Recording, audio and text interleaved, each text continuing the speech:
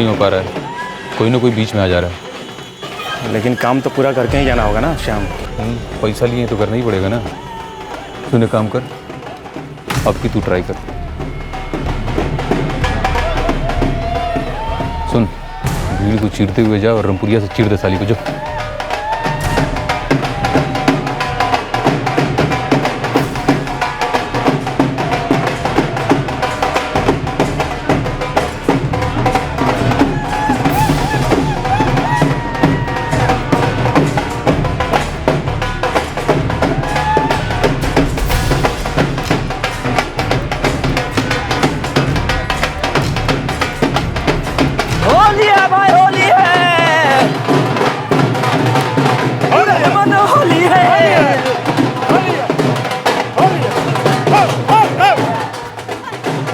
जतिन, ये अनमोल पे नजर रखना, हम जरा जाके आ रहे हैं। अरे गीता दीदी कहाँ चल दी? अरे वो पंकज को फोन लगाना है, सुबह से बात नहीं हुआ है। आते हैं, थोड़ा पेट्रोल डाल के। भंगवा के गिलास में उधर ही रख गया।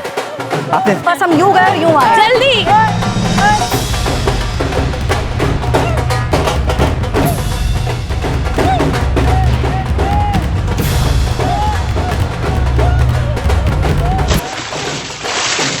बुरा ना मानो भैया जी, होली है भाई, होली है।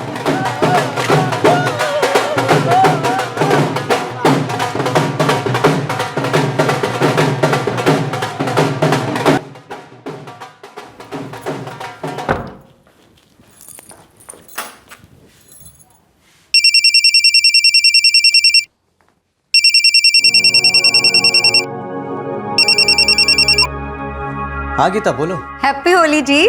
तुमको भी हैप्पी होली। कहो सब ठीक ठाक?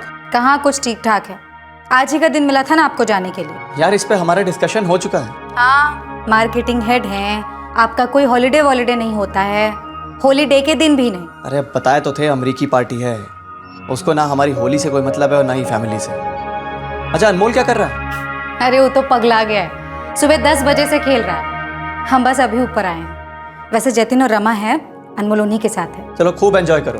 क्या एंजॉय करेंगे आपके बिना। वैसे वाराणसी कब पहुंचे? वो कल रात ही पहुंच गए थे। अच्छा सुनिए ना, जल्दी जल्दी से घर वापस आ जाइए ना, हम सब आपको बहुत मिस कर रहे हैं। हाँ हाँ आते हैं। अच्छा अभी फोन रखते हैं, मीटिंग का टाइम हो गया है। ठीक है, बाय।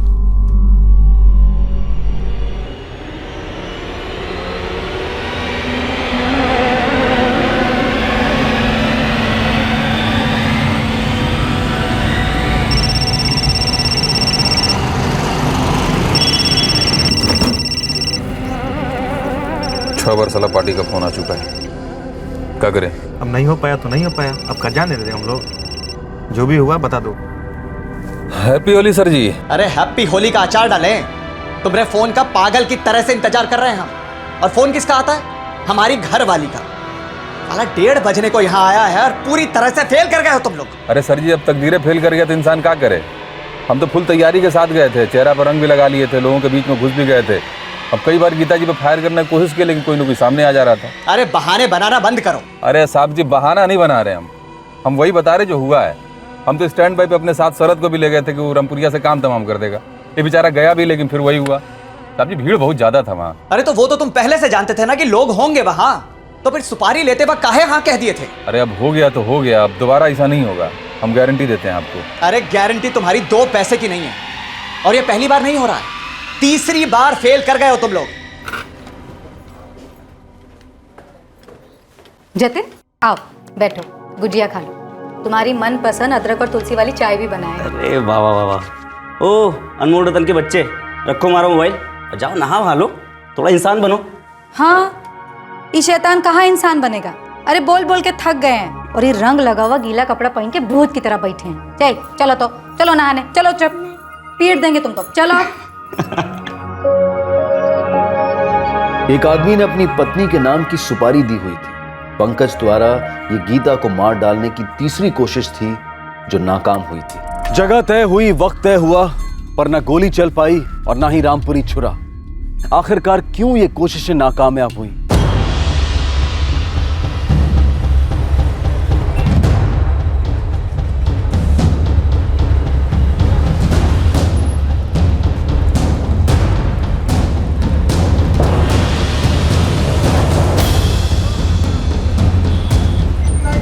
शरद, जैसे ही हम गोली दागें फुल स्पीड के साथ गाड़ी भगाना, उल्टा साइड से। ठीक है भाई, तुम घोड़ा दबाओ।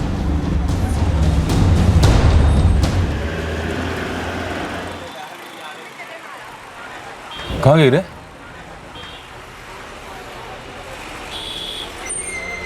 शरद, शरद रिवर्स ले, जल्दी ले। अरे क्या कर रहा है? लेना पाछी। अरे कैसे ले? वो स्कूटर वाला साला गोंद लगा के लगता है जगह पे चिपक गया। क्या करें? ए भाई ये, अरे हटाओ ना यार, गाड़ी कहाँ से आ जाते ये? काहे अपना गला फाड़े हो भाई? आगे उतना जगह है, उधर से काहे नहीं जाते हो? भाई आगे नहीं जाना है, पीछे करना है गाड़ी। पीछे करना है? ये हम अपना स्कूटर यहाँ से हिलाने वाले नहीं है, ये हमारा फिक्स जगह है, हम यहीं पार्क करते हैं, बुझे? ऐसा भाई, इस साला लतखोर आदमी है। एक काम करो, यहीं से ठोक दो।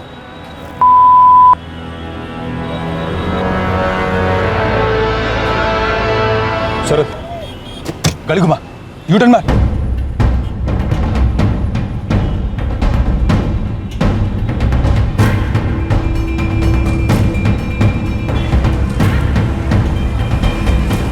उड़ गई चिड़िया।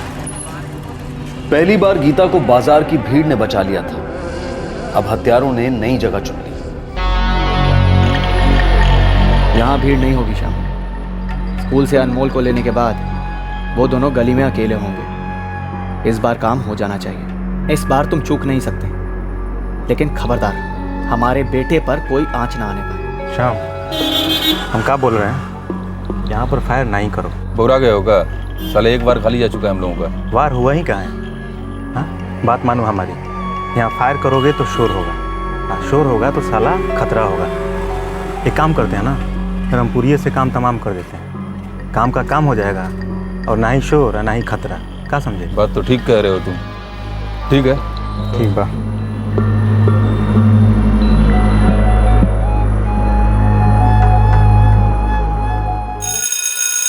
बज गई घंटी।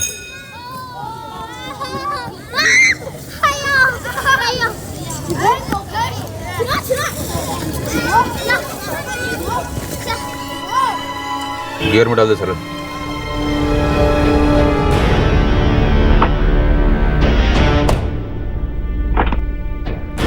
दत्त तेरी की, ये तो गाड़ी में बैठ गई। कोनो बात नहीं, पीछा कर, कहीं ना कहीं तो उतरेगी। जहां उतरेगी वहीं चीरे डालेंगे इसको।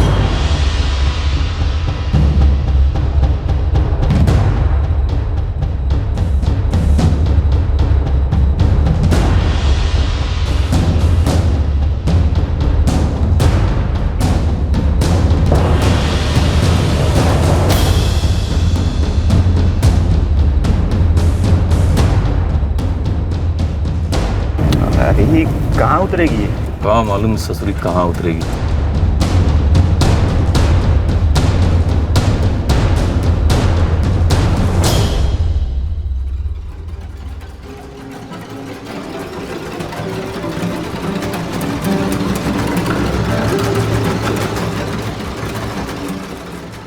उतरे का?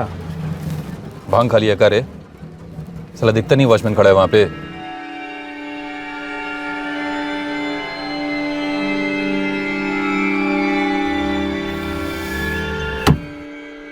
तकदीर फिर से गीता पर मेहरबान हुई, पर गीता को भनक तक नहीं थी कि कोई उसकी जान का प्यासा है और उसको निशाना बनाने के लिए उतावला होता जा रहा है। सर जी, पिछला दोनों बार जगह और समय आप ही ने बताया था, और ये तीसरा बार भी। अब अगर तीनों बार वो आपकी मैसेज बच जा रही है तो इसका मतलब ये है कि उसका भाग बहुत तगड़ा है। हमारे मिसेज का भाग तगड़ा नहीं है, तुम लोगों का साला काम कमजोर है। निकम्मे हो तुम लोग साले। और आज तो हम तुमको पूरा चांस दिए थे ना। हाँ, खुला मैदान, होली का शोर, रंग वंग सब क्या किए तुम? और हमने क्या क्या पापड़ नहीं बोले यहां तक आने में। घर से निकले वो भी होली के एक दिन पहले। अरे ये क्या बात हुई पंकज? ये वाराणसी का प्लान कब बना लिया? अब जानते हैं ना कल होली है।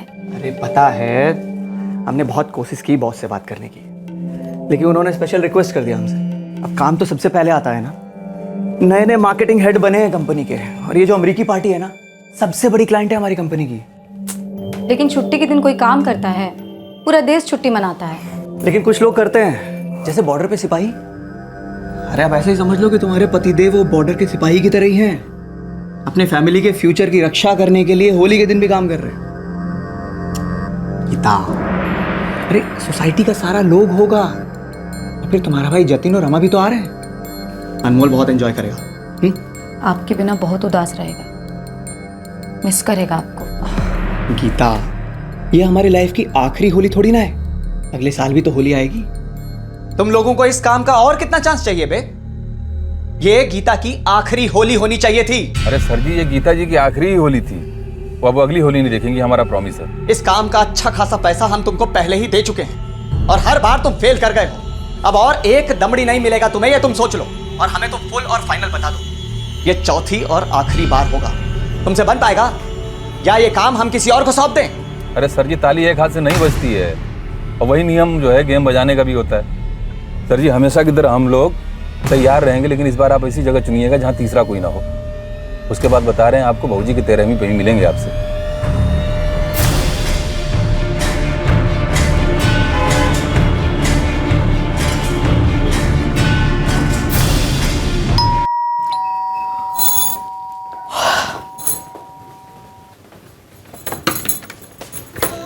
सो गई थी का?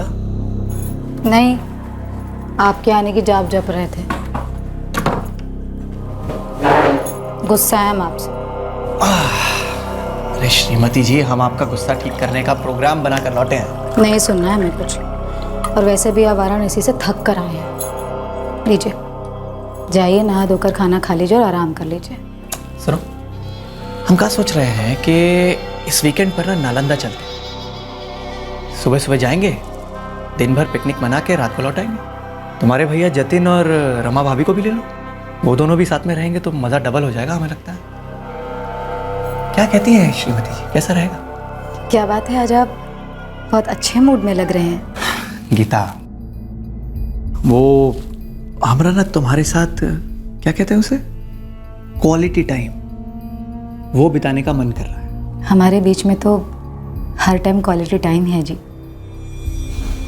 बस एक ही बात का एहसास होता रहता है कि हम लोगों की लाइफ में टाइम कितना कम है, लेकिन जितना भी है बस प्यार से निकल जाए।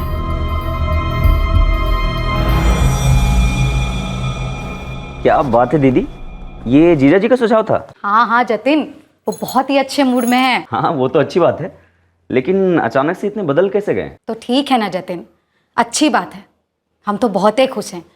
अच्छा, वैसे तुम लोग आ रहे हो ना नालंदा? हम एक बार बस रमा से पूछ लेते हैं, वैसे भी अगले सैटरडे हमारा ऑफ है। बढ़िया रहेगा, बहुत मजा आएगा।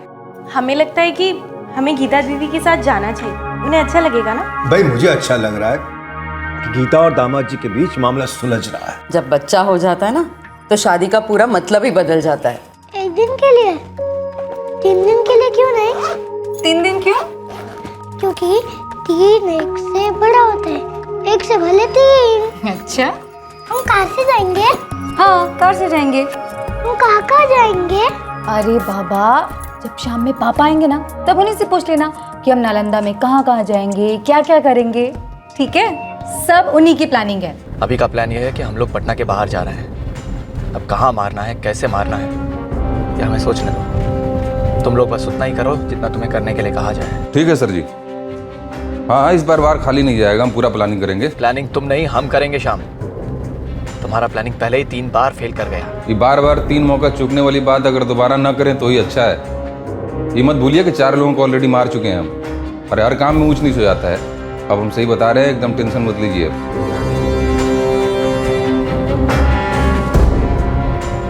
जिसके साथ 7 फेरे लिए थे, उसे मार डालने की 3 कोशिशें नाकामयाब होने के बाद पंकज अब चौथी कोशिश करने चला था। लेकिन इस रिश्ते का, इंसानियत का फेलियर कहां और क्यों हुआ था? 6 साल पहले अग्नि के सामने जिस पंकज ने गीता की रक्षा करने की कसम खाई थी, आज वो क्यों उसे जान से मार डालना चाह रहा था?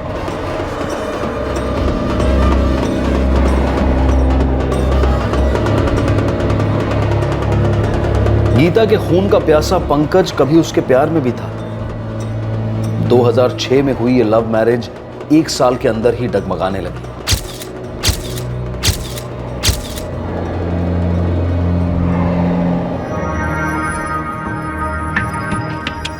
कंग्रेचुलेशंस, गीता प्रेग्नेंट है।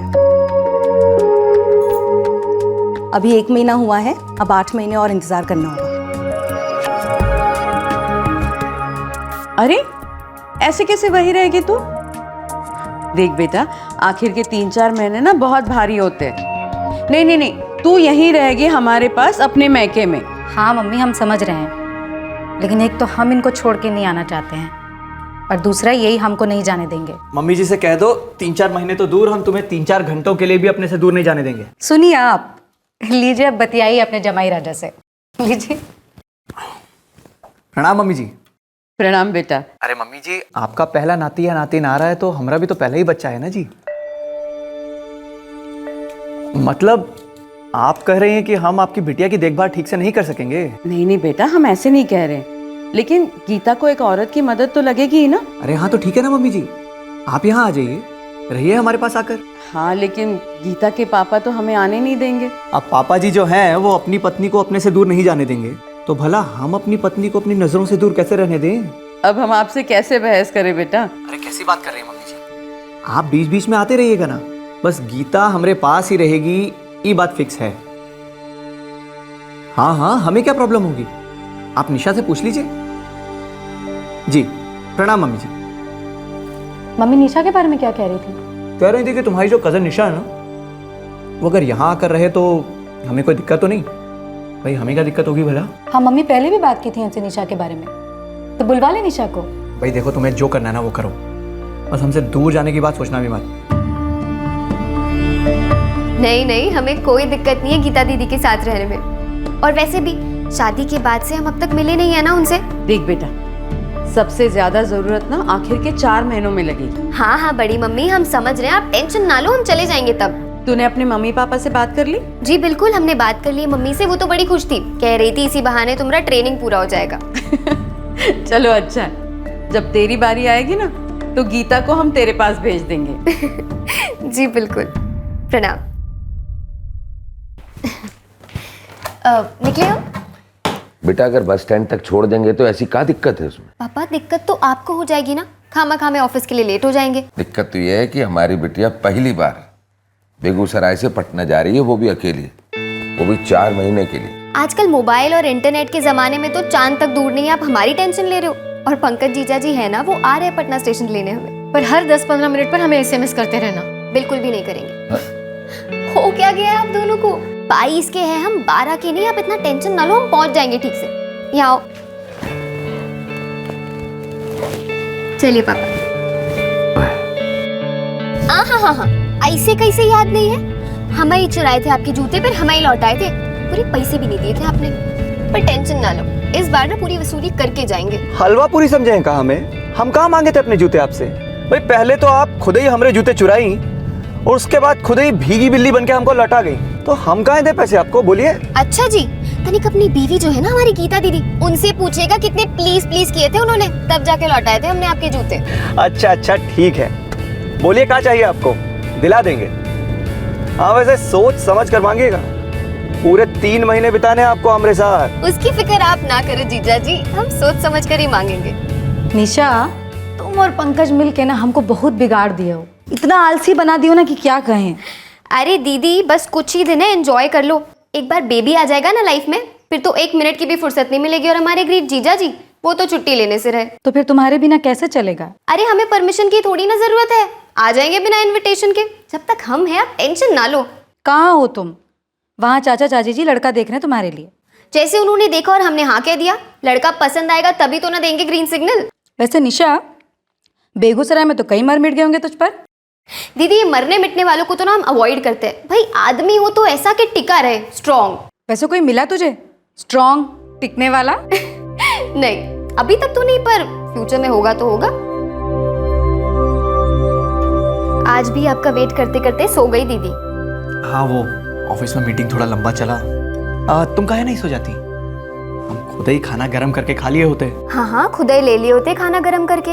एक तो सारा दिन काम करके आएंगे, थक के आएंगे और ऊपर से गरम करके ले लेंगे। और हम घोड़ी की तरह सोए रहे, इसीलिए आया क्या यहाँ पर? ऐसा नहीं है, लेकिन पिछले कई दिनों से हम देख रहे हैं कि रोजाना रात को तुम्हें हमारे लिए देर तक जगना पड़ता है। तो वैसे हमें पसंद है कोई हमें गरम गरम खाना परोस दे, लेकिन फिर भी क्या? हम सोच रहे थे कहीं तुम बोर तो नहीं हो गई हो। हम सिर्फ तब बोर हो जाते हैं जब दीदी वो घंटों घंटों तक ना रोने धोने वाली सीरियल देखती है। सच बता रहे, 1 मिनट के लिए बर्दाश्त नहीं कर सकते हम। चलो ठीक है, कल लिए चलते हैं तुम्हें शॉपिंग। और वो जूतों की वसूली भी तो बाकी है ना तुम्हारी। अच्छा जी, आपको नहीं लगता आप कुछ ज्यादा ही शरीफ बन गए? देखिए शॉपिंग वॉपिंग के मामले को ना हम थोड़ा ज्यादा सीरियसली ले लेते हैं तो सोच लीजिएगा, लुट जाएंगे आप। अरे लूट लीजिए साली साहिबा, अगर आप हमें नहीं लूटेंगे तो भला कौन लूटेगा बताइए। अच्छा हाँ हाँ, जा शॉपिंग पे अपने जीजू के साथ, अच्छे से शॉपिंग कराना उनसे, खूब चुना लगाना उनको। पर दीदी आपको ऐसे अकेले छोड़ के कैसे जा सकते हैं हम? अरे भाई क्यों नहीं जा सकते, हम प्रेग्नेंट हैं, कोई पेशेंट नहीं है। और वैसे भी ना दिन भर तुमसे चबड़ चबड़ करके ना हम तो बोर हो गए हैं, और पता है तुम भी बोर हो गई होगी। भगाना चाहती हो ना हमें, सब समझते हैं। समझती रहो। वैसे हाँ, सुपर मॉल के बाहर ना एक बंसी कचौरी वाला बैठता है, उससे हमारे लिए एक मीठी और 2 तीखी कचौरी लेते आना। पर जीजू तो कह रहे थे आपको तीखा खाना मना है। उनको लगता है ना कि हम तीखा खाएंगे तो बेटा या बेटी जो होंगे वो बहुत गुस्सैल होंगे। और वैसे तुमको इस बारे में सोचने की जरूरत बिल्कुल नहीं है, हम कह दिए कि हमारे लिए कचौरी लेते आना तो फिर लेते आना, और नहीं लेकर आई ना बेटा तो दोनों के दोनों पिटोगे हमसे बस।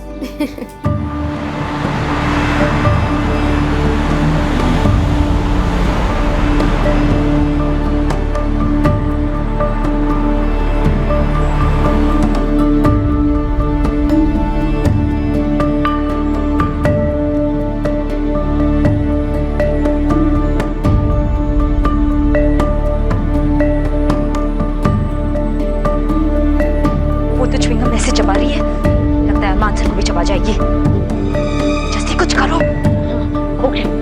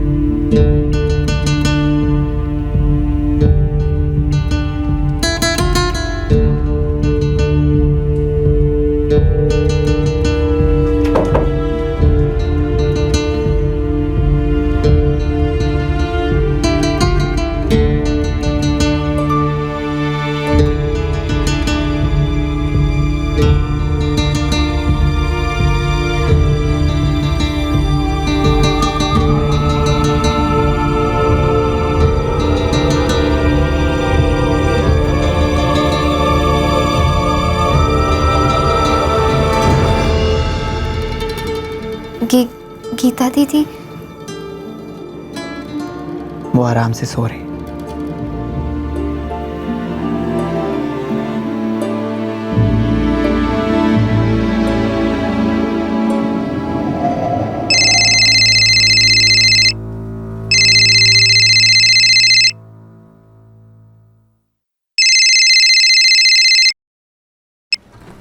हाँ, हमने कहा ना हम जा रहे हैं निशा। 3 बार ऑलरेडी फेल हो चुके हैं, आपको पक्का लगता है ये सही तरीका है? तो और कौन सा सही तरीका है निशा, बताओ ना, और कौन सा सही तरीका है? ऐसा क्या करें कि हम गीता को छोड़कर तुमसे शादी कर सकें? निशा, इस बार फेल नहीं होंगे हम, देखना तुम, इस बार काम जरूर हो जाएगा। निशा, इतवार को वो लोग आ रहे हैं तुम्हें देखने। विकास को तो हम मिल ही चुके हैं। अच्छा है, बॉम्बे सेटल्ड है, अच्छे से मिलोगी ना? जी मम्मी, अच्छे से मिलेंगे।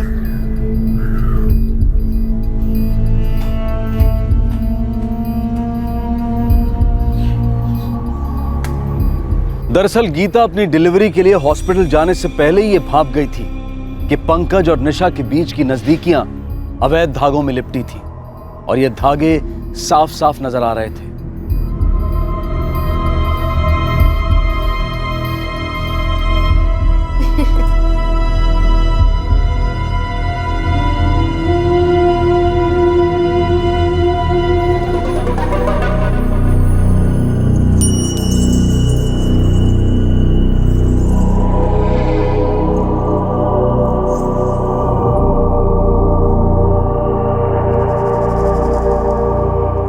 वैसे हम कभी कभी अचानक रात में जाग जाते हैं। क्यों? आजकल अपने छोटू की कराटे प्रैक्टिस शुरू हो गई है क्या? नहीं, इसलिए जाग जाते हैं क्योंकि हमें आपकी आवाज़ें सुनाई देती हैं, और जब आँख खोलते हैं तब आप कमरे में नहीं होते हैं। हाँ, वो पानी पीने के लिए जाता हूँ। आजकल प्यास बहुत लगती है ना, मौसम ही कुछ ऐसा है। मौसम भी कुछ ऐसा है, प्यास बहुत लगने लगी है आपको। अब कल से एक बोतल यहीं ला के रख लूँगा। वही ठीक रहेगा। खामखा निशा के कमरे में जाकर पानी पीने की ज़रूरत तो नहीं पड़ेगी आपको। आधा आधा एक एक घंटा पानी पीने का प्रोग्राम चलता रहता है। खामखा वहाँ निशा परेशान, और यहाँ हम कल ही निशा को यहाँ से चले जाने के लिए कह देंगे। क्यों? मतलब डिलीवरी बस अब होने ही वाली है ना? हमने मम्मी से कह दिया है। क्या क्या कह दिया मम्मी से? यही कि डिलीवरी के लिए यहाँ आ जाए। क्यों, आपको क्या लगा? वैसे हमें लगता है कि निशा अगर रुक जाती तो मदद हो जाती। किसकी मदद? हमारी या आपकी?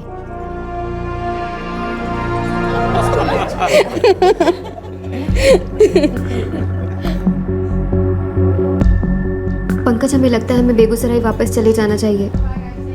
गीता दीदी सब जान चुकी है। निशा, अगर तुम चली गई तो हमारा क्या होगा? तो फिर आप ही बताइए ना, हमारे रहने से क्या होगा? बताइए ना क्या होगा? ज़माना खामा मर्दों की फितरत को कुत्ते की दुम समझता है, पर ताली तो दोनों हाथों से बजती है ना, और थप्पड़ एक हाथ से।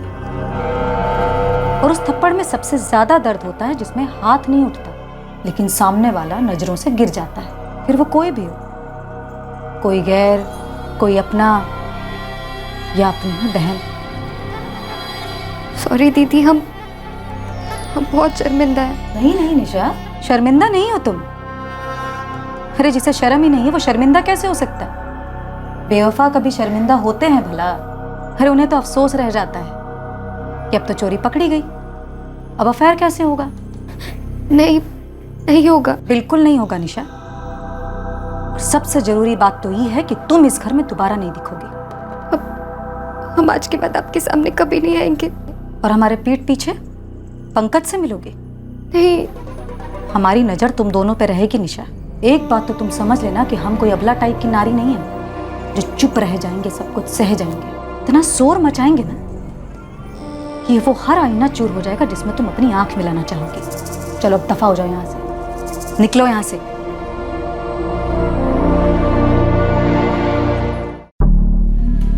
हम तुम्हें नहीं छोड़ेंगे निशा, सवाल ही नहीं उठता। पंकज, हम भी आपके बिना नहीं रह सकते, लेकिन क्या करें हम? क्या होगा, कैसे होगा, कुछ समझ नहीं आता। बिल्कुल ब्लैंक से हो जाते हैं हम। ऐसा लगता है आंखों पे पट्टी बांध कर ना किसी अंधी गली में चल रहे हैं।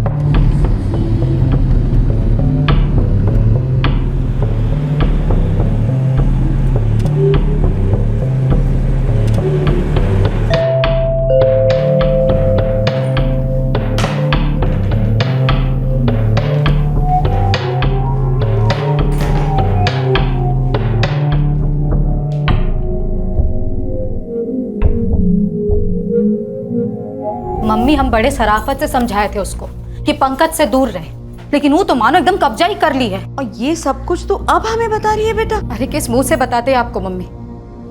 हमको लगा था कि हम समझा दिए हैं तो शर्म के मारे दोबारा ऐसी गंदी हरकत नहीं करेगी।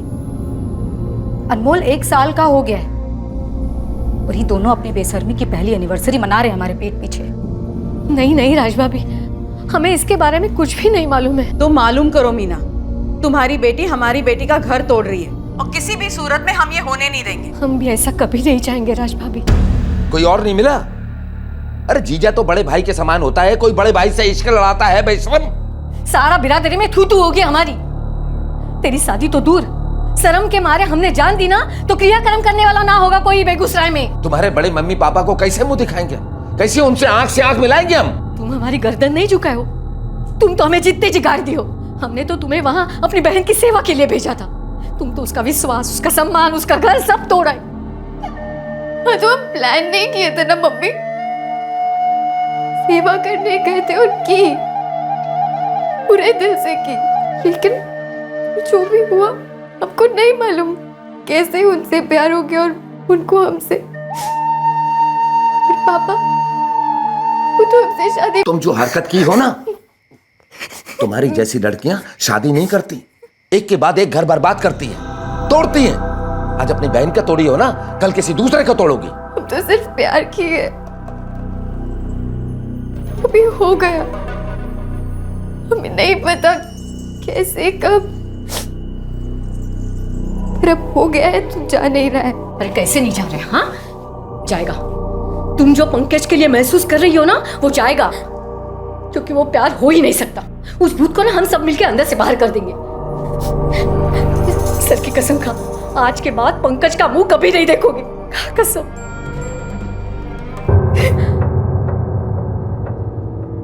हाँ गीता, हमें डाइवोर्स चाहिए। इस जन्म में तो हम आपको डिवोर्स देने वाले नहीं हैं। अनमोल की कसम खाकर कहते हैं, हम आपको डिवोर्स नहीं देंगे। क्या करोगी ऐसे आदमी से चिपके रहकर, जो तुमसे प्यार ही नहीं करता है? हम ऐसे आदमी से नफरत करेंगे, चिपक कर नफरत करेंगे।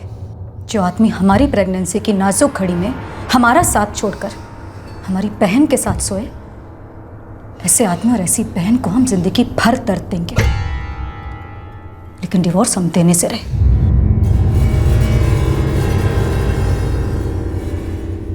हम कल ही बेगूसराय जाके राकेश चाचा, चाची और निशा को साफ साफ बता देंगे, किसी ने हमारी बहन का घर तोड़ा तो हम एक एक को तोड़ देंगे, किसी को नहीं छोड़ेंगे, बताए दे रहे हैं। जतिन, गलती निशा की, जो हमारे चचेरे भाई राकेश की बेटियां है ना? तो हम राकेश और उसकी पत्नी मीना से इतनी अपेक्षा कर सकते हैं कि निशा को पंकज से दूर रखे और कंट्रोल में रखे, बस। देखो जतिन, किसी से बदतमीजी से बात करने की कोई जरूरत नहीं है बेटा। हमने मीना से बात कर ली है। अम्मा, बात तो गीता दीदी ने भी की थी उस निशा से, लेकिन फिर भी वो बेशरम लड़की पंकज जीजा जी के साथ लगी रही। गलती हमारी है बेटा, जो हमने निशा को गीता की देखभाल करने के लिए भेज दिया।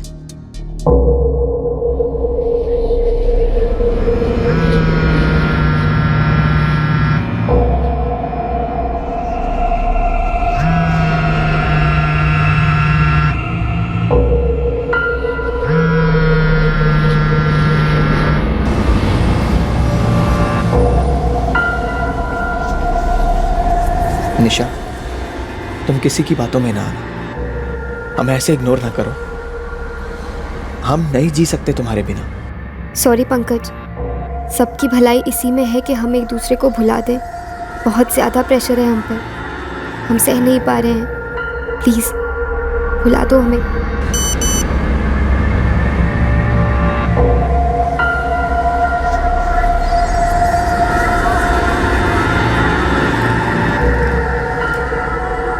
भुलाना तो हमसे ना हो पाएगा निशा, बस अब तुम तैयार हो जाओ। एक जिंदगी बर्बाद हो गई है और अब वो हमेशा के लिए दी एंड भी हो जाएगी। रेडी रहना।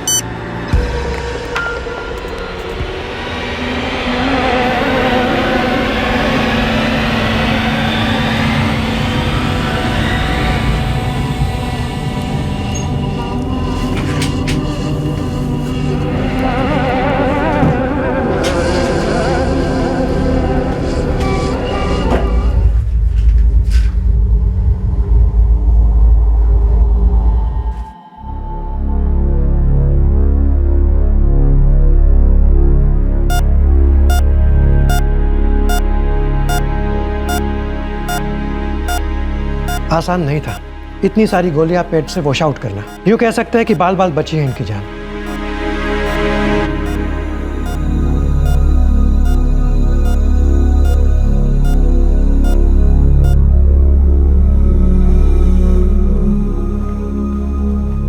दीदी, अनमोल की चिंता मत करो और जीजा जी भी ठीक हो जाएंगे। और हमारा पंकज का रिश्ता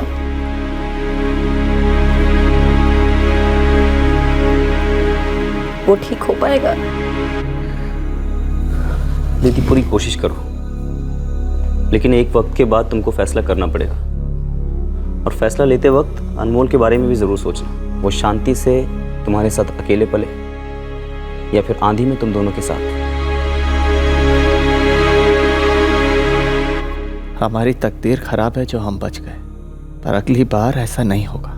हम अपने आप को खत्म करके ही रहेंगे। तुम नहीं तो लाइफ नहीं निशा, बस।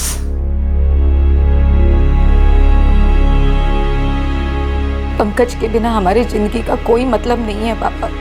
वो हमसे प्यार करते थे, लेकिन वो निशा तो मानो उन पर कोई जादू ही करती है, लेकिन हम वो जादू तोड़ के रहेंगे। हम पंकज को अपना वापस बना के रहेंगे पापा, फिर चाहे जो भी हो। पंकज, हम भी तुमको उतना ही प्यार करते हैं जितना कि तुम, पूरे दिल से। लेकिन हमें हमारा प्यार सिर्फ गीता से नहीं बल्कि सारी दुनिया से छुपाए रखना होगा। क्या तुम इसका ख्याल रख पाओगे?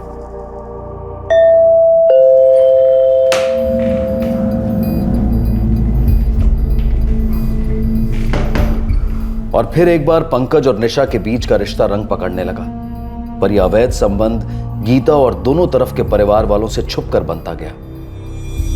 पंकज और निशा अब ऐसे दो फूलों की तरह थे जिनका खिलना और महकना सिर्फ एक दूसरे को समझ आता।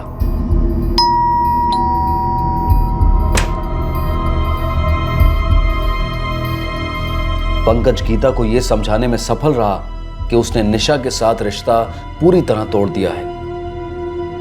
पापा हम नालंदा कहाँ से जाएंगे? हाँ बेटा, हम लोग नालंदा कार ड्राइव करके जाएंगे और वहाँ पे पिकनिक करेंगे और पिकनिक में बच्चों के साथ गेम खेलेंगे।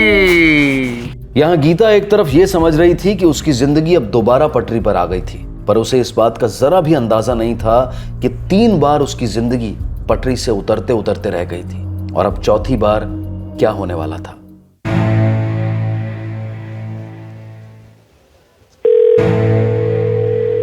सर जी, इस बार फुल तैयारी है।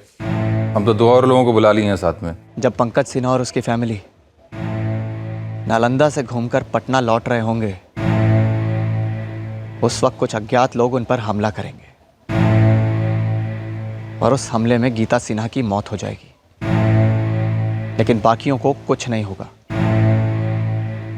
कत्ल के इरादे से पंकज गीता को नालंदा ले गया। साथ थे उनका बेटा अनमोल, गीता का भाई जतिन और जतिन की पत्नी रमा। साजिश का पहला पड़ाव पार हो गया।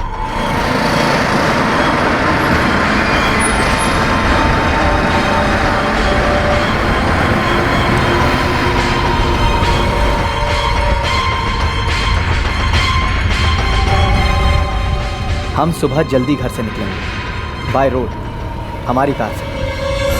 नालंदा से लौटते हुए हम लोग पहले ये NH31 लेंगे और उसके बाद NH30, और इन दोनों के बीच में यहाँ कहीं ये बाईपास आता है। जानते ही बाईपास को, यहाँ हमारा बचपन निकला है, लेकिन ये बाईपास तो शाम के बाद बिल्कुल सुनसान हो जाता है। जानते हैं, इसलिए हम नालंदा से थोड़ा लेट निकलेंगे कि यहाँ पहुँचते हुए अंधेरा हो जाए।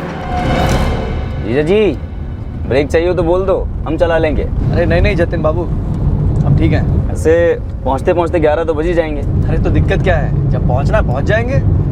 वैसे आपको कोई जल्दी है क्या? अरे नहीं, काहे की जल्दी है। अरे लेकिन हमें तो जल्दी है ना जी। अनमोल का स्पोर्ट्स डे है कल और 6:30 बजे तक स्पोर्ट्स ग्राउंड पे भी पहुंचना है। वो तो नहीं मिस हो सकता है ना। अरे चिंता मत करो, कुछ हो मिस नहीं होगा। और 5 बार बता चुकी हो, याद है हमें। सब लोग अपनी अपनी जगह पे टाइम पे पहुंच जाएंगे। वो और 2 लड़कों के बारे में तुम बता रहे थे? दोनों एकदम मजे हुए खिलाड़ी हैं, भरोसेमंद। इस बार कोई चुप नहीं है। बस आपको ये करना है कि नालंदा से निकलने से पहले मुझे एक बार फ़ोन कर देंगे। उसके बाद किसी न किसी बहाने से लाके गाड़ी वहाँ रोक दीजिए। ओके, बाद का सब हम संभालेंगे। वो तुम हम पे छोड़ दो।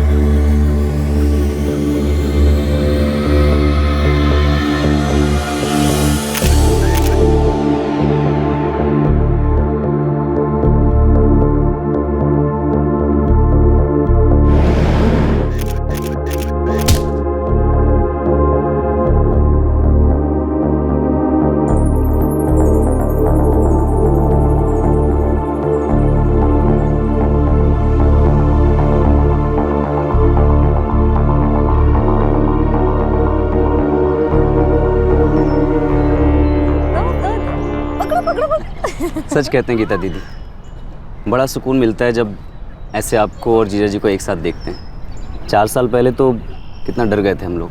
तुम लोग तो सिर्फ डर गए थे, परेशान थे। हमें तो लगा था कि जैसे अब बस मर ही जाएंगे। पहुंच गए तुम लोग? अरे कब का साहब जी, 2 घंटा से बैठ के यहाँ पुराना फिल्म का गाना सुन रहे हैं। हमें अभी वहाँ पहुँचने में कम से कम 45 मिनट का समय लगेगा। ठीक है, लेकिन जल्दी मत निकलिएगा, सूरज डूब जाने दीजिए, क्योंकि जितना अंधेरा रहेगा उतना बढ़िया रहेगा। ठीक है, हम निकलने से पहले तुम्हें फ़ोन कर देंगे। ठीक है। कल हमें कोई देखने आ रहे हैं? नहीं आएगा, कल का वो प्रोग्राम कैंसिल होने वाला है निशा।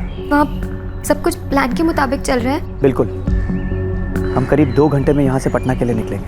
पंकज, हमारा दिल बहुत घबरा रहा है। बस एक दिन की बात और है निशा, कल के बाद सब कुछ इतना शांत हो जाएगा, इतना सुकून होगा तुम्हारी और हमारी जिंदगी में। तुम और हम सचमुच एक हो जाएंगे, आज़ाद हो जाएंगे अपनी मनमर्जी करने के लिए। Pankaj, I love you. I love you too Nisha. ये गलत बात है जीजा जी। एक तो खुद ही पिकनिक का प्लान बनाते हैं, उसके बाद फिर आधे से ज़्यादा समय फ़ोन पे लगे रहते हैं।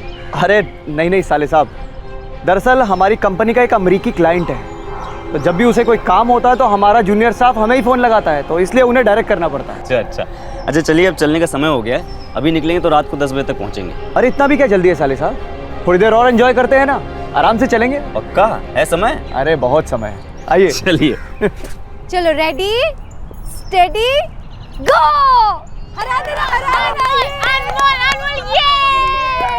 अनमोल जीत गया, आपसे बाहर गए, अनमोल जीत गया।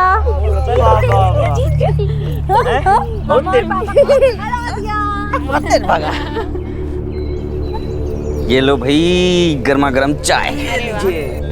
हमको भी खिला दो थोड़ा सा। ये लीजिए आपके लिए पराठा। अरे वाह, अरे वाह, क्या बात है जीजा जी, या तो फोन पे लगे रहते हैं, बार बार घड़ी देखते हैं, माजरा क्या है? अरे साले साहब ऐसा कुछ नहीं है, बस देख रहे थे बजा कितना है, अब टाइम का ख्याल तो रखना ही पड़ता है ना। हाँ जी, हमें भी लगता है ना कि नाश्ता करते हैं ना, हम लोगों को चल देना चाहिए। 6 बज चुके हैं ऑलरेडी। खाइए सब लोग आराम से, उसके बाद निकलते हैं 15-20 मिनट में।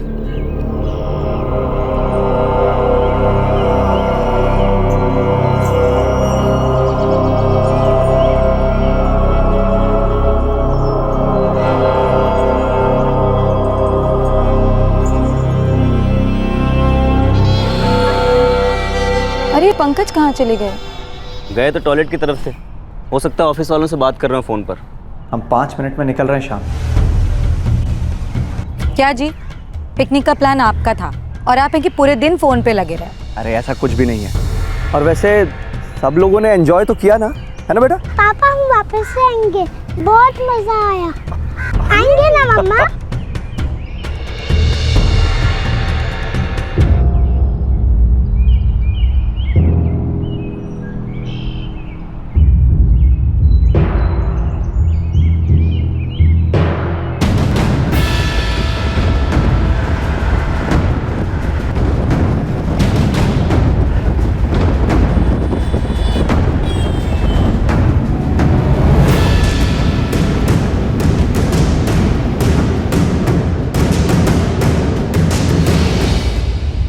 जीजा जी, हम अक्सर सोचते थे कैसे आपसे ये बात छेड़ें, लेकिन आज सही मौका मिला है तो आपसे कह रहे हैं। क्या चाहते?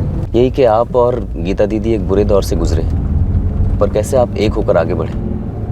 बड़ा अच्छा लगता है आप दोनों का प्यार और हमारी बहन का ध्यान रखने के लिए। Thank you.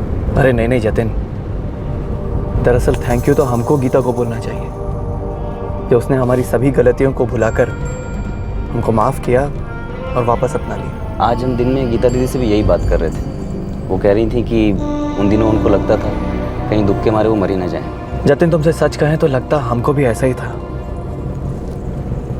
रोज रोज थोड़ा थोड़ा घुट घुट कर मरने से कहीं अच्छा है कि एक ही बार आर्या पार हो जाए।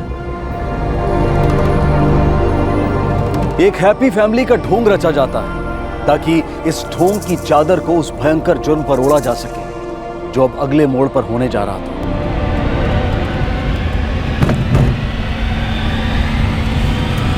अरे अरे अरे जीजा जी, कौन सा टर्न ले लिया आपने? मोड़ लो गलत टर्न है ये। अरे नहीं नहीं जतिन, घबराओ मत, ये एक नए बाईपास को निकलता है। हम कम से कम 1 घंटा भर जल्दी पहुंचेंगे। नया बाईपास? हाँ। ये कब बना?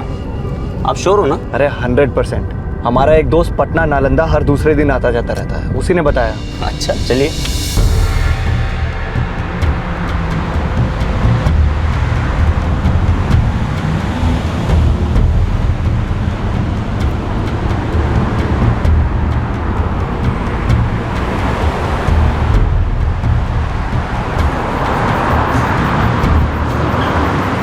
पार्टी आ गई है, तुम लोग तैयार हो ना? चूक नहीं होनी चाहिए। चल।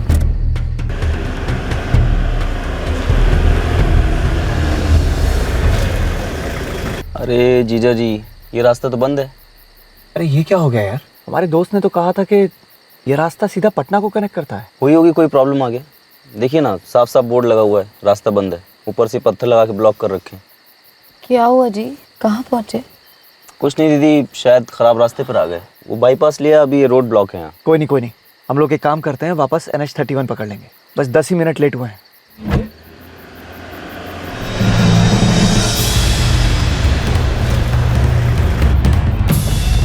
अरे ओ भाई, आगे रास्ता बंद है, पीछे लो। पंकज भैया बताएंगे भी कि क्या चाहते हैं आप लोग? हम बात कर रहे हैं। देखो भैया, तुम्हें पैसे चाहिए ना? है? सारे पैसे ले लो, है? लेडीज के जेवर भी ले लो तुम, लेकिन हमें छोड़ दो। देखो हमारे साथ छोटा बच्चा भी है। देखिए भाई साहब, आपको ना कोई गलतफहमी हुई है। हम लोग तो रास्ता भटक के यहाँ आ गए थे। हाँ। आप शायद किसी और का इंतजार कर रहे थे। जहाँ आपका यमराज इंतजार कर रहे थे साहब जी, यम को भोग नहीं चढ़ाएंगे। सारे पैसे दे तो रहा हूँ भाई। तेरा पैसा कहाँ भागा जा रहा है रे? वो तो हम लेवे करेंगे, लेकिन वो कहा है कि थोड़ा मस्ती का मूड है हमारा। भैया हमें जाने दीजिए, हम हाथ जोड़ते हैं आपके सामने, हमें जाने दीजिए। भैया जितना पैसा चाहिए आप ले लीजिए, हमें जाने दीजिए। चल साड़ी खोल। नहीं। कहा नहीं? चल खोल। आपके हाथ जोड़ते। 2 गोलियां सीधे सीने पर, दोनों हार्ट में अटक गई, हार्ट के चिथड़े उड़ गए।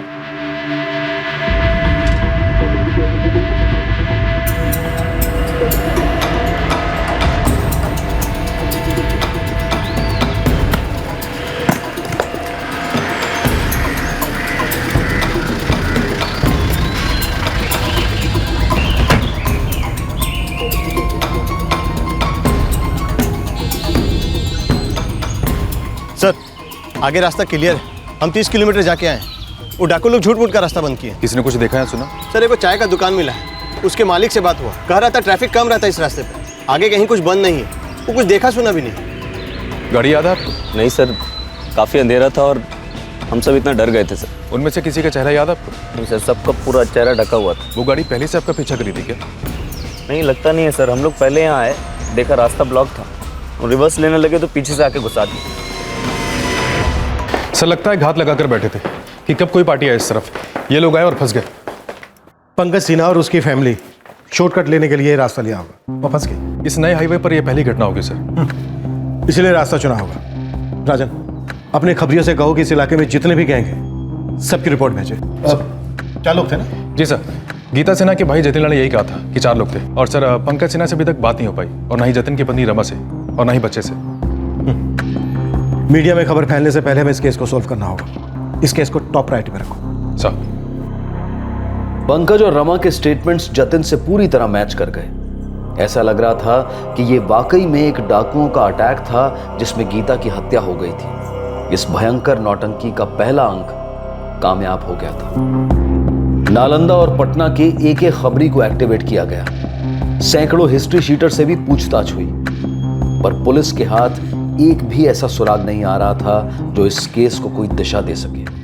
गीता के माता पिता और भाई जतिन इस बात को लेकर बौखलाए हुए थे कि यह तकदीर का कैसा खेल था। एक पिकनिक एक खुशनुमा फैमिली में इतना दर्द और गम कैसे और क्यों ले आया। नौटंकी के दूसरे अंक के दूसरे पड़ाव में भी पंकज अपना किरदार बखूबी निभा रहा था। वो अपने बच्चे का दहशत भरा दर्द बखूबी संभाल रहा था, वो दर्द जो उसी ने बच्चे को दिया था। इस नौटंकी की कठपुतलियों को भी उनकी मजदूरी अदा की गई। इस ड्रामे के लीड कैरेक्टर्स के सामने अब रास्ता साफ हो चुका था। बस थोड़े दिन और उनको अपनी दर्द भरी एक्टिंग का प्रदर्शन देना था। उसके बाद उनके हिसाब से हैप्पी एंडिंग होने जा रही थी। इस केस में हत्या की प्लानिंग और मोडस ऑपरेंडी टॉप की रही और इसी वजह से पुलिस के हाथ एक भी सुराग नहीं लग रहा था। तो क्या ये एक परफेक्ट मर्डर का रेयरेस्ट ऑफ रेयर उदाहरण बनने जा रहा था, या फिर इस खूंखार नाटक का एक और अंक अभी बाकी था? सर हम जतिन लाल बोल रहे हैं, गीता सिन्हा के भाई।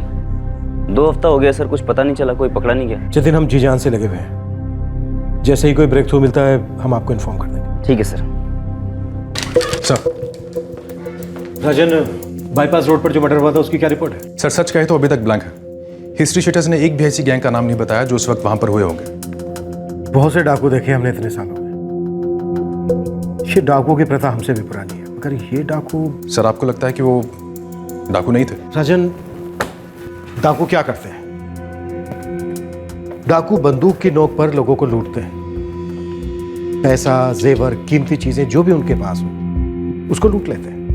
लेकिन ये डाकू, इन डाकुओं ने लूटने से पहले 2 औरतों को रेप करने की सोची, और जब उसमें से एक मारी गई तो एक भी पैसा लूटे बिना, एक भी दमड़ी लिए बिना वहां से फरार हो। सर हो सकता है वो गीता सिन्हा की मौत के बाद डर गए हों। यही तो सोचने वाली बात है राजन।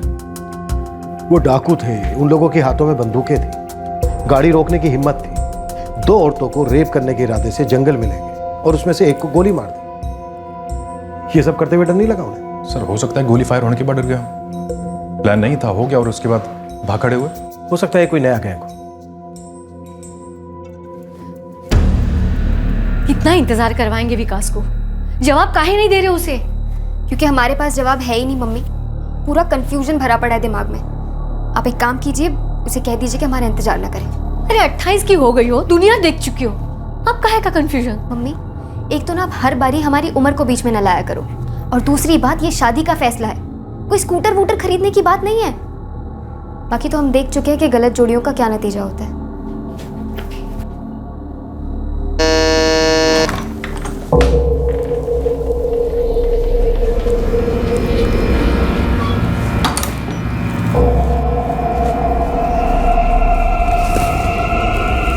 अनमोल को रमा भाभी के पास छोड़ कर आए? हाँ, एक अरसे से जिद कर रहा था तो छोड़ा उसे। अपने निशा थोड़ा नेचुरल भी लगेगा ना, जैसे धीरे धीरे हम नॉर्मल होते जा रहे हैं।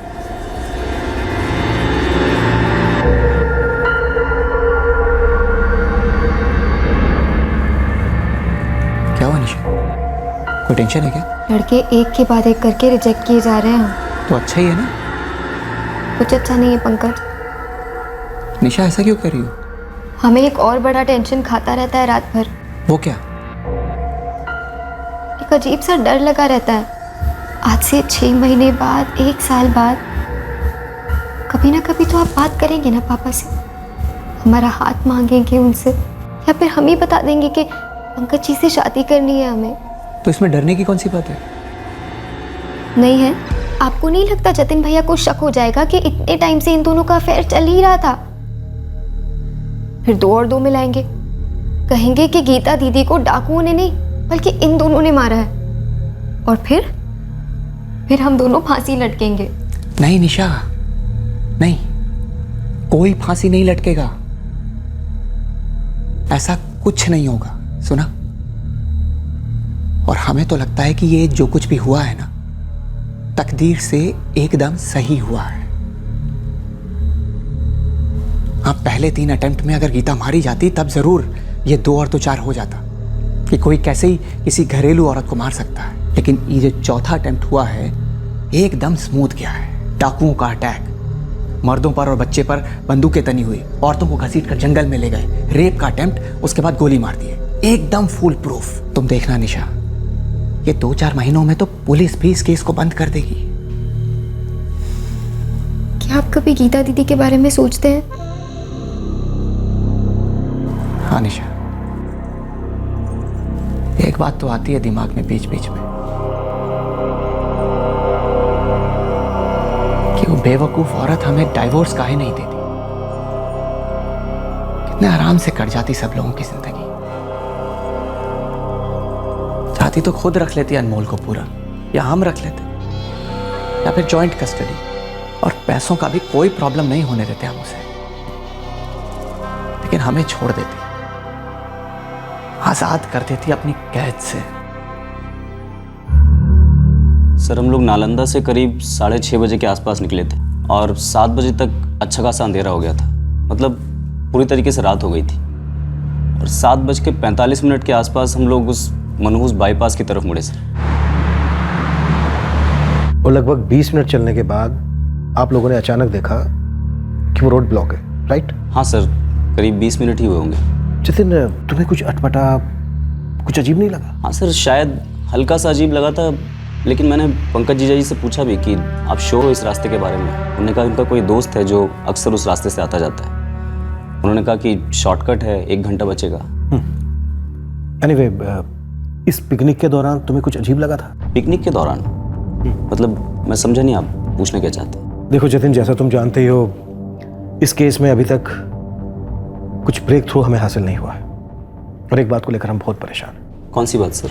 यही कि वो लोग डाकू थे, तो उन्होंने रेप अटेम्प्ट करने से पहले या अटेम्प्ट के दौरान तुम्हें और पंकज को क्यों नहीं लूटा? उन्होंने सीधे तुम्हारी बहन गीता को गोली मारी। वहां पे तो कोई भीड़ भी इकट्ठा नहीं हुई थी, कुछ ऐसा था नहीं, लोग बचाने तो आए नहीं थे, तो फिर वो बिना पैसे लिए वहां से भाग क्यों खड़े हुए? ऐसा क्या डर था? बंदूकें थी उनके पास? सर हमने एक बार नहीं 1000 बार उनसे कहा था कि सारे पैसे ले लो, हमारी गाड़ी ले लो। हम एटीएम से और कैश निकाल के उनको देने के लिए तैयार थे, लेकिन वो मेरी पत्नी रमा और मेरी बहन गीता को लेकर दूर जंगल में चले गए। कुछ देर के बाद हमने गोली की आवाज़ सुनी और उन्होंने हमारी बहन को गोली मार दी सर। लेकिन तुम्हारी पत्नी को गोली नहीं मारी, तुम्हें भी नहीं मारी, बच्चे को नहीं मारा, पंकज को भी नहीं मारा, और एक भी पैसा लिए बिना वहां से भाग खड़े हो। क्यों? उन लोगों ने ऐसा क्यों किया ये हमको कैसे मालूम होगा? जतिन, आने के लिए thank you. Thank you sir.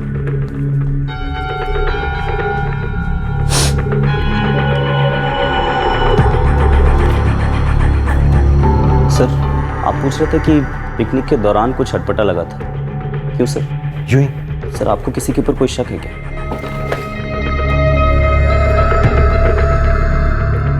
किसी पर शक करने जैसा कोई कारण है क्या? पता नहीं सर। गीता की मौत से किसे फायदा हो सकता था और किस तरह से फायदा हो सकता था? कोई तगड़ा इंश्योरेंस प्लान? अगर इस वजह से गीता की मौत हुई है तो जाहिर सी बात है पति और पत्नी के बीच, क्या करें, हमारा काम ही कुछ ऐसा है, हर एंगल से टटोलना पड़ता है, सुरागों के लिए शक को खंगालना पड़ता है। Thank you sir.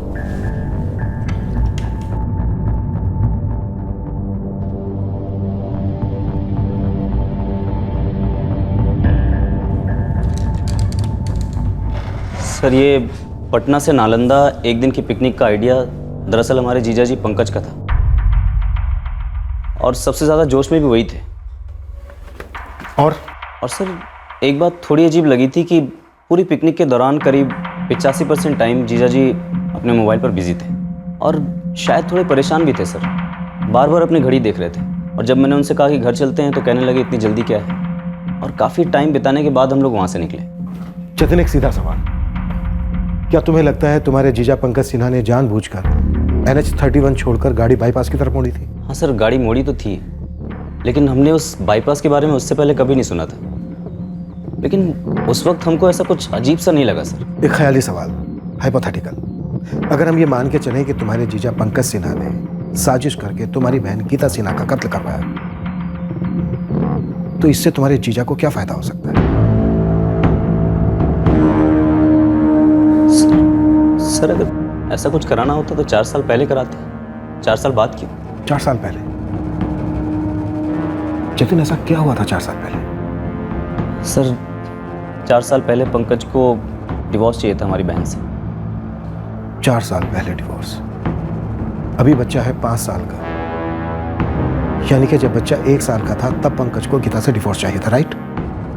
Ji sir. कोई लड़की इन्वॉल्व थी? हमारी चचेरी बहन निशा, जो डिलीवरी के वक्त गीता दीदी की मदद के लिए उनके घर पर रह रही थी, और ये पंकज उससे शादीवादी के पागलपन में फंस गया था। जतिन, ये जो निशा है, इसे भी पागलपन हुआ था? जी सर, बल्कि पंकज ने एक बार सुसाइड अटेम्प्ट भी किया था, लेकिन सर वो बात वहीं पर ख़त्म हो गई। ये अफेयर का वायरस है जतिन,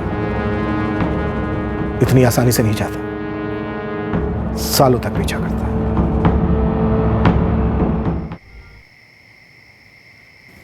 बेटा, हम जानते हैं तुम्हारी मम्मी इस दुनिया की बेस्ट मम्मी थी, और उसके जैसी दूसरी मम्मी हम तुम्हारे लिए नहीं ढूंढ सकते बेटा। हमें दूसरी मम्मी नहीं चाहिए, हमारी मम्मी बेस्ट थी। विकास के माँ बाप ने सामने से मना कर दिया। इससे अच्छा लड़का निशा को कभी नहीं मिलता। पता नहीं कौन सी दुनिया में रहती है ये लड़की। मीना, क्या इस पंकज और निशा के बीच जो कुछ भी चल रहा था वो तब पूरी तरह से खत्म हो गया था या अब भी कुछ चल रहा है?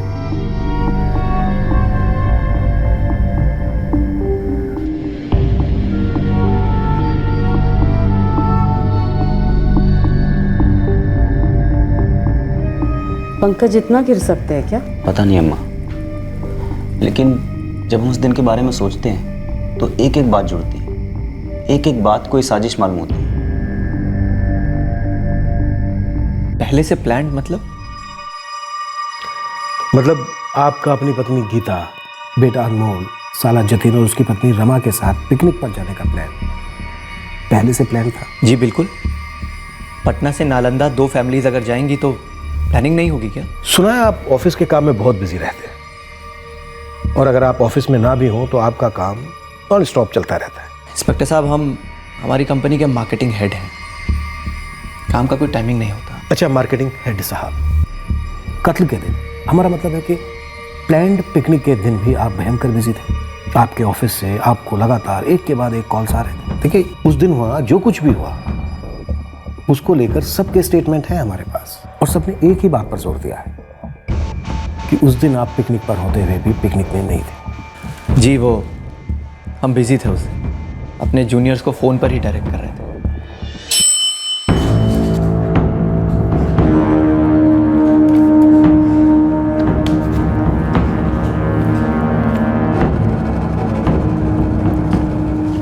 इंस्पेक्टर साहब, ये गोल गोल बातें करना बंद करके हम सीधा मुद्दे पर आ जाएं। आप बताएंगे इस लाइन ऑफ इन्वेस्टिगेशन का मतलब क्या है? मतलब है आपकी पत्नी के हत्यारों को धर लेना पंकज जी। तो फिर पिकनिक और हमारे ऑफिस के कॉल्स का उनसे क्या रिश्ता हो सकता है? उस दिन आपके ऑफिस से आपके कौन से नंबर पर ये सारे कॉल्स आ रहे थे पंकज जी?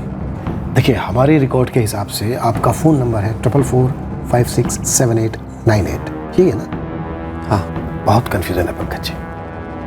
आप कह रहे हैं, आपका साला जतिन कह रहा है, जतिन की पत्नी रमा कह रही है, और शायद आपकी पत्नी गीता सिन्हा जिंदा होती तो वो भी यही कहती कि उस दिन आपको आपके ऑफिस से लगातार कॉल आ रहे थे, एक के बाद एक कॉल आ रहा था। लेकिन आपके इस नंबर पर उस दिन आपके ऑफिस से एक भी कॉल नहीं आया है mister Pankaj Sinha, head of marketing.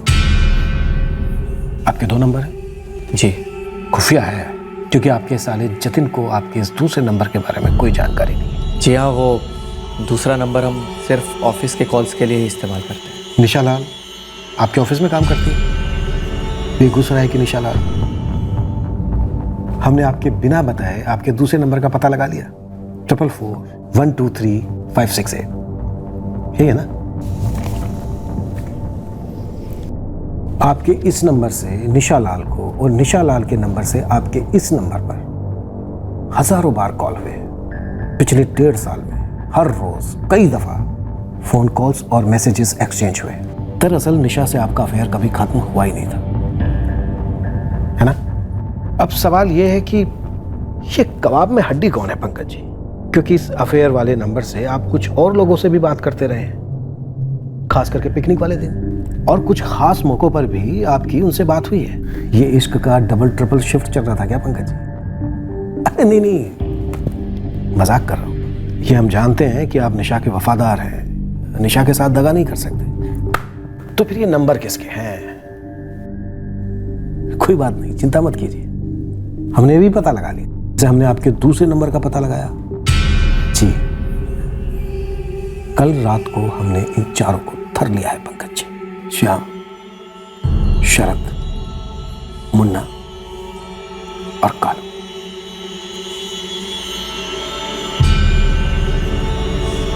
हाँ, हमें उन चारों की थोड़ी मरम्मत करनी पड़ी, तब जाके उन्होंने वो खोला। लेकिन हमें एक एक दिन, एक एक घंटा, एक एक मिनट, एक एक सेकंड का हिसाब दिया उन्होंने कि उन्होंने अब तक क्या क्या किया है। श्याम ने हमें सारी बात डिटेल्स में बताई पंकज जी, कि कैसे उसके 3 बार खाली गए और चौथी बार में वो आपकी पत्नी को मार पाया, और कैसे आपने अपनी पत्नी की सुपारी के लिए 4 लाख रुपए दिए 30 मार्च को अपनी खुद की पत्नी, अपने बेटे अनमोल की मां गीता की हत्या के लिए। बेगूसराय पुलिस आपकी माशुका को बस किसी भी क्षण हिरासत में लेने ही वाली है।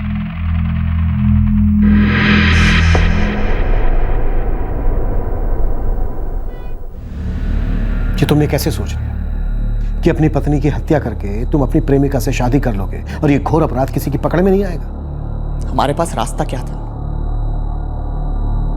वो हमें डाइवोर्स दे नहीं रही थी। हम भीख मांग रहे थे उससे कि हमें छोड़ दो, हमें छोड़ दो। लेकिन 4 सालों तक वो टस से मस नहीं हुई। वाह, अफेयर भी आप करें, अपनी पत्नी को रास्ता भी आप दें। वो जो हमें रास्ता दे रही थी हमें नामंजूर था इंस्पेक्टर साहब। हमें प्यार हो गया था निशा से।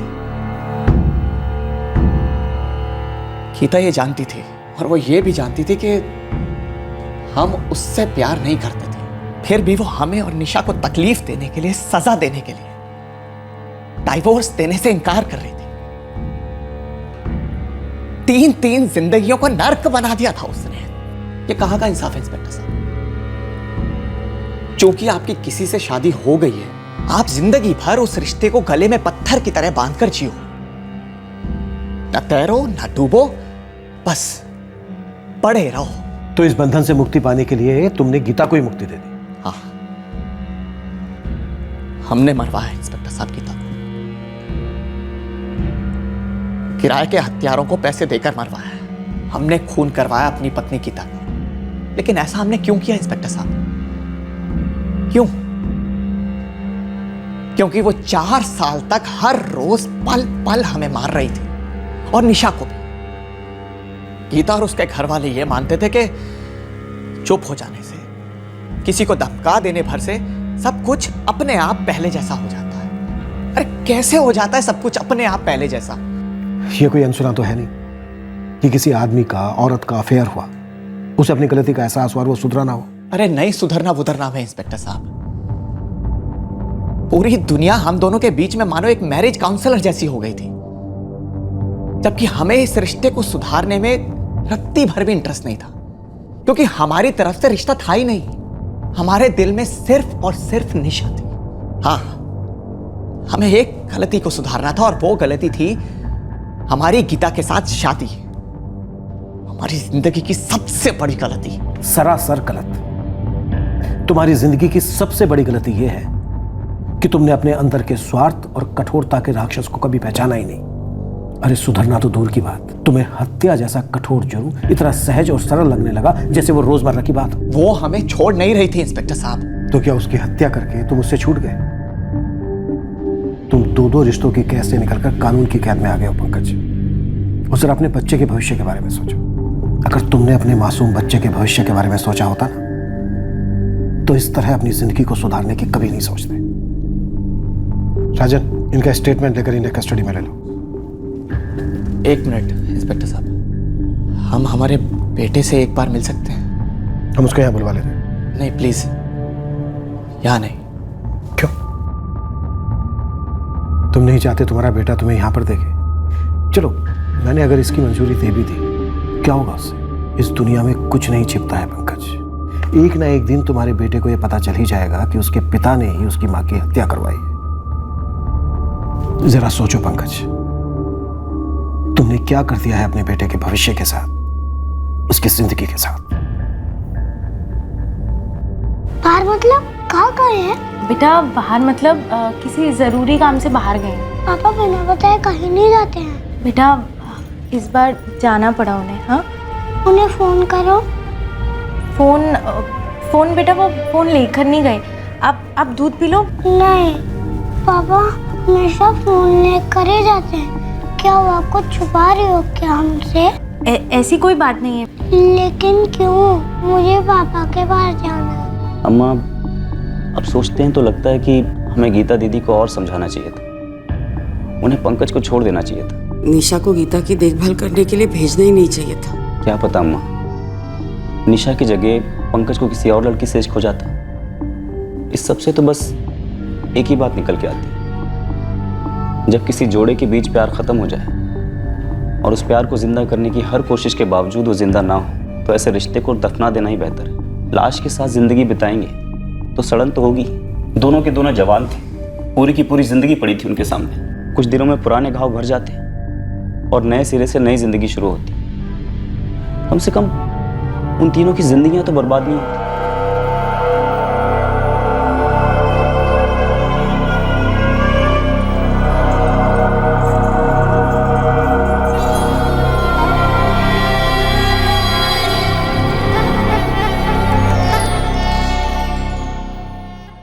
दरअसल चौथा अटेम्प्ट भी नाकामयाब रहा। हाँ, ये बड़े दुर्भाग्य की बात है कि गीता की निर्दयी हत्या हो गई, पर हत्या की नींव पर एक रिश्ते की इमारत बांधने का ख्याल अपने आप में नाकामयाब साबित हुआ। ऐसे रिश्ते में टिके रहने का मतलब ही क्या बनता है, जहां अगला घुटन के मारे मर रहा है और सामने वाले को मार डालने का षड्यंत्र रच रहा है। ऐसी शादी से चिपके रहने का क्या मतलब, जब दोनों को उस रिश्ते में से ना तो खुशी मिल रही है और ना ही उस रिश्ते का कोई भविष्य नजर आ रहा है। अगर हम नैतिकता और भावुकता के परे जाकर सोचें तो इंसान का मानव अधिकार सबसे ज्यादा मायने रखता है। पंकज और निशा ने जो किया वो भला बुरा, सुंदर कुरूप, सही गलत जैसा भी था, लेकिन उन दोनों को अपनी जिंदगी एक दूसरे के साथ जीने का अधिकार था। हम किसी भी सूरत में पंकज और निशा के प्रति सहानुभूति प्रकट नहीं कर रहे हैं और ना ही उनके फैसलों की हिमायत कर रहे हैं। हमारे लिए इस केस में सबसे बड़ा मानव अधिकार का उल्लंघन गीता का हुआ, क्योंकि उससे उसकी जिंदगी छीन ली गई। पति की बेवफाई और एक बहन द्वारा पीठ में छुरा सहन करना आसान नहीं था गीता के लिए, लेकिन अगर ध्यान से देखें तो इस केस में एक बात बहुत ही मजबूती से उभर कर सामने आती है, और वो ये है कि गीता को हिम्मत करके अपनी जिंदगी पर गिरे इस भावनाओं के कहर को पहचान लेना चाहिए था। उसके सामने उसकी अपने बच्चे की जिंदगी थी, लेकिन एक टूटी शादी को, एक झूठ को जीने का क्या मतलब था। बुरा इस बात का भी लगता है कि 3 नाकामयाब मर्डर अटेम्प्ट्स के दौरान काश एक बार तो गीता को इशारा मिलता, हिंट मिलती कि कोई उसके खून का प्यासा हो चुका है, तो शायद बात यहां तक ना आ पहुंचती। पंकज, निशा और चारों अपराधियों को आईपीसी की धारा 302 के तहत हत्या के लिए और धारा 120B के तहत क्रिमिनल कॉन्स्पिरेसी के लिए बुक किया गया है। मुकदमा शुरू हुआ और कुछ साल पहले पटना हाई कोर्ट ने पंकज, निशा और चारों किराए के हत्यारों को उम्र कैद की सजा सुनाई। अब मैं अनूप सोनी आपसे विदा लेता हूं। फिर मुलाकात होगी क्राइम पेट्रोल सतर्क में शुक्रवार रात 10:30 बजे। तब तक सुरक्षित रहें और देखते रहें क्राइम पेट्रोल सतर्क। सबक एक को सीख हम सबको। जय। इस तरह के और भी एपिसोड देखने के लिए हमारे चैनल को सब्सक्राइब करें और बेल आइकन दबाना ना भूलें।